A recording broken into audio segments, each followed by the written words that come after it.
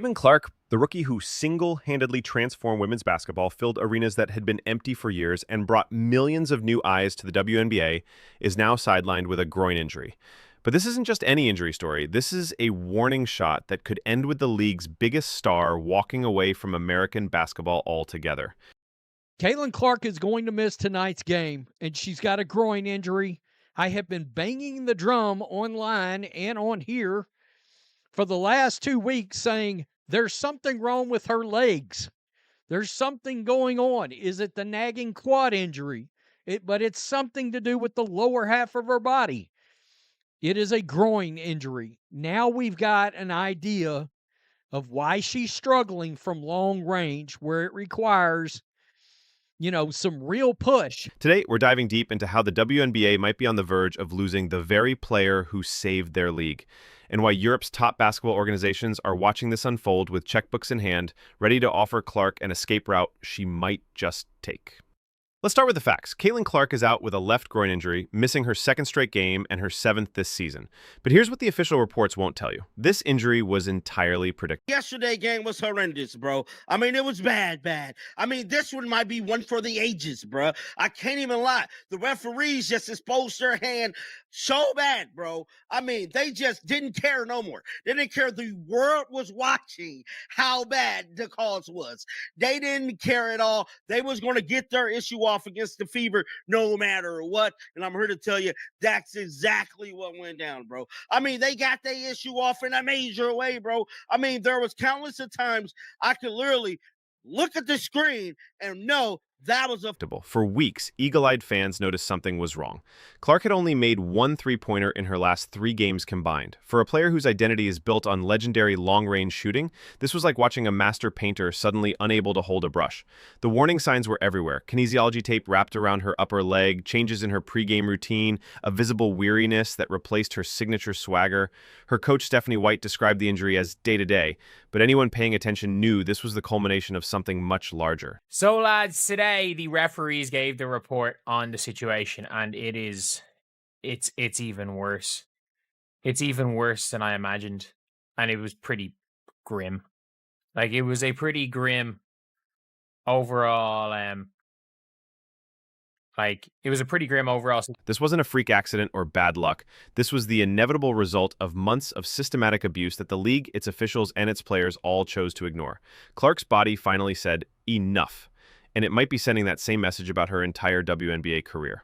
What we've witnessed this season isn't rookie hazing, it's been a coordinated assault disguised as basketball. Game after game, Clark has been subjected to physicality that goes far beyond normal defense.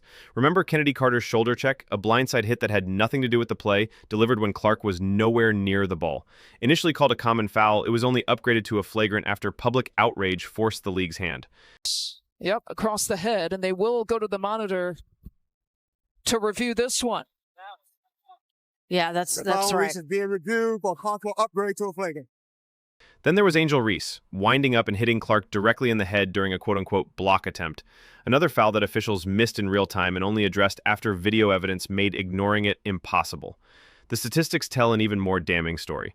During one stretch, the Indiana Fever had a free throw attempt discrepancy of -31. Think about that. Their opponents were getting to the line at astronomical rates while Clark was getting hammered with complete impunity. This isn't incompetence from the referees, it's a pattern so consistent and one-sided that it stops looking like accidents and starts looking like a deliberate choice. The question isn't whether Clark is being targeted, it's whether the officials are complicit in allowing it to happen. Watching the WNBA and seeing how things are run, seeing how things are done, and after you've seen what it looks like to get it right, and you come in and see something looking really wrong, you're going to call it out. It is what it is. You're going to be critical of players. If they do something shady or classless, you're going to call that out. Here's the uncomfortable truth that nobody in the WNBA wants to address. This is about jealousy, pure and simple. Caitlin Clark didn't just join the league, she completely eclipsed it.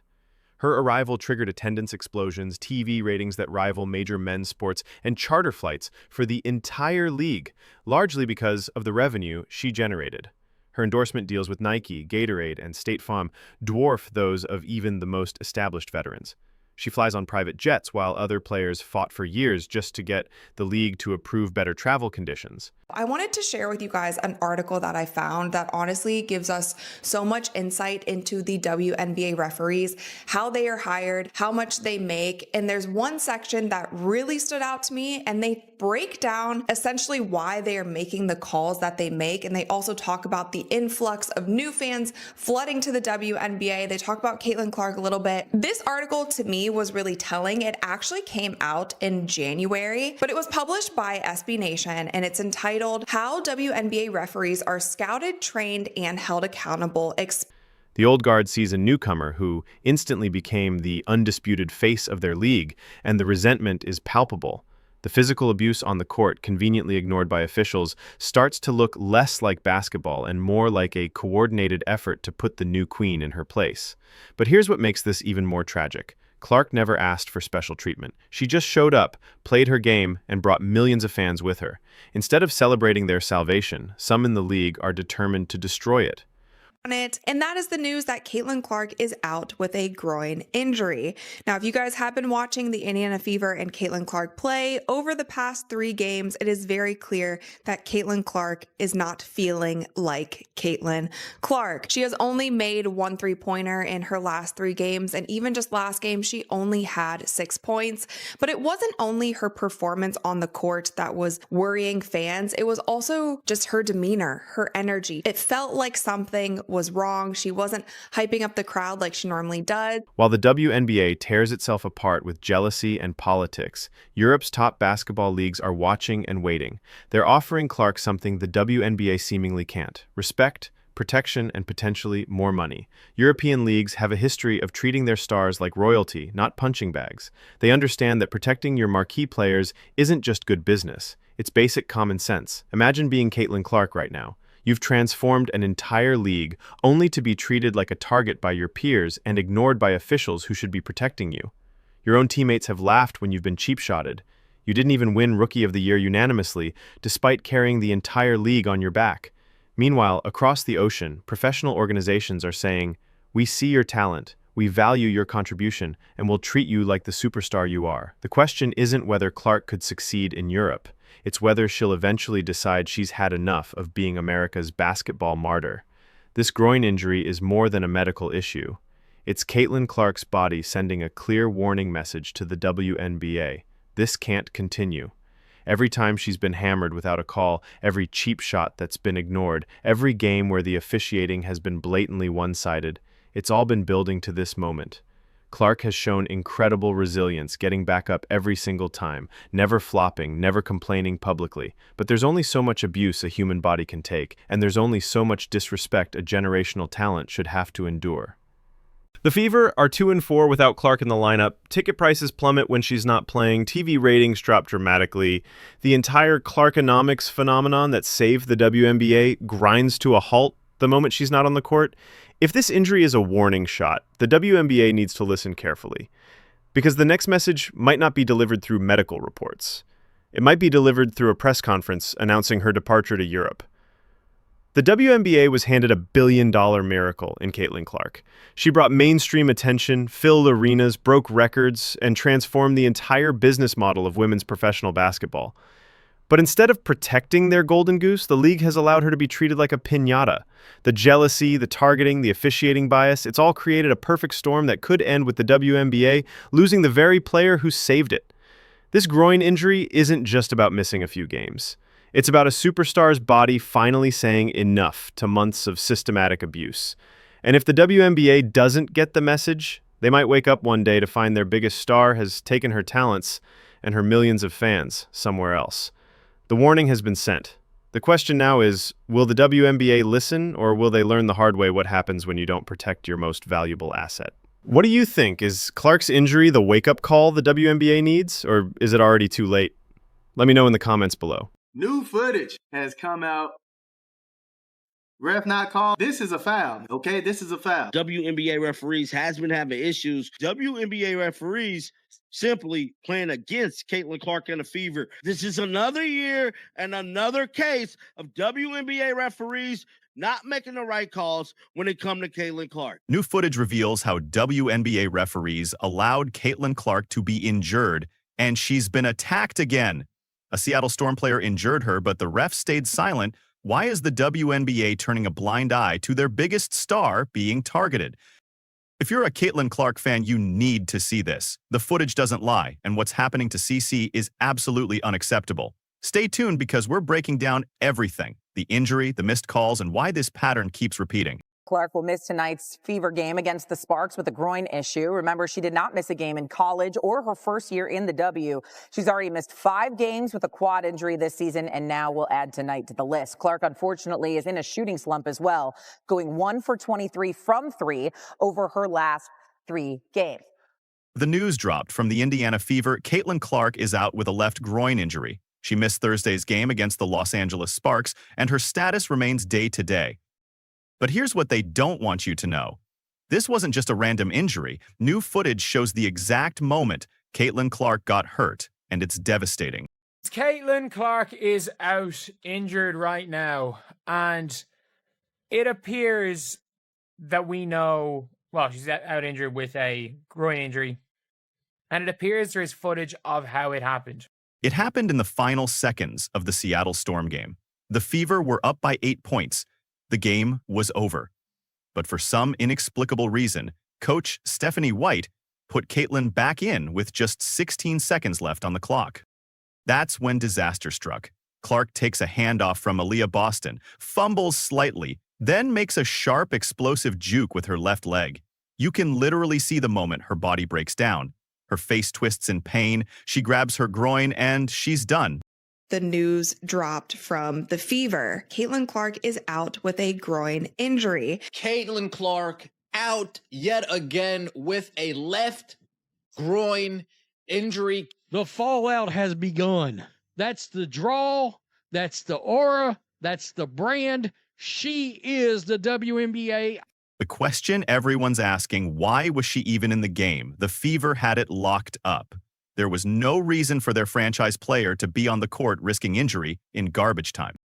But the groin injury is just the tip of the iceberg. What's really happening to Caitlin Clark is a systematic pattern of referees allowing her to get hammered with 0 consequences. Let's talk about that same Seattle Storm game. Clark was getting mauled off the ball, held on screens, grabbed on drives, shoved in plain sight. And what did the referees do? Nothing. As you can see with this play here, she gets a handoff from Aaliyah Boston, and then she fumbles the ball a little bit and she falls to the ground. The WNBA does better when she is on the court. There's one moment where she gets absolutely hammered going up for a layup. Full body contact right in front of the official. The ref stares directly at it and lets it go. Meanwhile, Sophie Cunningham gets called for a foul just for existing. Hands up, feet planted, doing absolutely nothing. This double standard isn't just frustrating, it's dangerous. It signals to every other player that targeting Clark is fair game, and Seattle took full advantage. Game after game this season, Clark has taken more contact than a crash test dummy. Arm grabs, body slams, defenders swinging elbows like they're in a wrestling ring. She's endured it all while refs remain mysteriously blind. Even head coach Stephanie White has voiced her frustrations, talking about a -31 free throw discrepancy and calling the disrespect pretty unbelievable. When your own coach is calling out the refs, you know something's wrong. I think it's just something innate about her. I mean, her ability to stretch the floor, what she brings to the table as a pick and pop threat, while still maintaining the physicality of being able to defend bigger, stronger offensive players. So we won't get the same looks that we have with Didi on the floor, but putting together rotations that can give us different kind of looks while still keeping the floor spaced for AB is going to be important. Here's the most frustrating part. This groin injury was completely preventable. The warning signs were everywhere, but the coaching staff and medical team ignored them all. Over her last 3 games before the injury, Caitlin made just 1 three-pointer. One. The woman who redefined long-range shooting in women's basketball suddenly couldn't find the net. She went 1 for 23 from beyond the arc. Fans spotted tape on her upper left leg during games. They noticed how she winced and subtly adjusted her body mid-play. like she was trying to protect something. Her energy was off, her shot was off, her usual fire was gone. There's only one so far that truly has like a Tiger Woods, Mike Tyson, LeBron James. Needle mover. LeBron James in his prime impact on viewership, and that's Caitlin Clark. And instead of resting her, they increased her minutes from 28 to over 34 per game, all while she was displaying obvious physical limitations. This wasn't just mismanagement. Some fans are calling it exploitation. This marks the 6th game she's missed this season after playing the entirety of her rookie season in 2024. Her body is breaking down because she's being overworked and underprotected. Let's talk numbers, because the numbers don't lie. When Caitlin Clark is out, WNBA ratings drop by over 50%. 50%! That's LeBron, Tiger Woods, Serena Williams level influence. WNBA referees has been having issues with getting these calls right when it comes to Caitlin Clark and the Fever. Before her arrival, 300,000 viewers was considered a decent night. Now we're seeing primetime ratings that rival men's playoff games, all because of her. ESPN's WNBA coverage is up 14%, ABC viewership up 76%. She's moved merchandise up 500%. But here's the hypocrisy. The league is more than happy to ride the Caitlin Clark wave. Sell out games, break viewership records, flood social media with her highlights. They want her face in promos and her jersey sales. But when she needs the league to have her back, when she needs protection on the floor, they vanish. Commissioner Kathy Engelbert has been completely silent. Not a peep, no press conference, no accountability. WNBA referees has been having issues. WNBA referees simply playing against Caitlin Clark and the Fever. This is another year and another case of WNBA referees not making the right calls when it comes to Caitlin Clark. They want the ratings, but they won't protect the player generating them. It's a disgraceful message that says, thanks for the money, but don't expect any protection. So where does this leave us? Coach Stephanie White says Clark is day-to-day, and that treatment will determine her availability. But the bigger question is, when will this pattern of negligence end? This groin injury likely stems from her previous quad injury. When you don't allow soft tissue injuries to heal properly, your body starts compensating. That extra strain leads to exactly what we saw, a breakdown that could have been prevented. Caitlin Clark was on the bench. A lot of us thought that she was done for the evening, but Coach Stephanie White put her back in. And as you can see with this play here, she gets a handoff from Aaliyah Boston, and then she fumbles the ball a little bit and she falls to the ground. Clark was supposed to face off against Paige Boykers and the Dallas Wings, one of the most anticipated matchups of the season. Now that's in jeopardy because of preventable mismanagement. The WNBA has a choice to make. They can continue exploiting their biggest star while turning a blind eye to the targeting, or they can step up and protect the player who's transforming their league. Because make no mistake, Caitlin Clark is the WNBA right now. She's the needle mover, the franchise player, the reason casual fans are tuning in. And if they lose her to preventable injuries caused by negligent officiating and overuse, they'll have no one to blame but themselves. This isn't just about basketball. It's about protecting a generational talent who's revolutionizing women's sports. Caitlin Clark deserves better from the referees, better from the league, and better from the people tasked with keeping her healthy. If you think the WNBA referees need to be held accountable, drop Protect CC in the comments right now. Caitlin Clark needs our voices, because clearly, the league isn't listening to hers. Don't forget to smash that subscribe button and hit the notification bell, because we'll be following this story closely. The WNBA better wake up before they lose the best thing that's ever happened to them.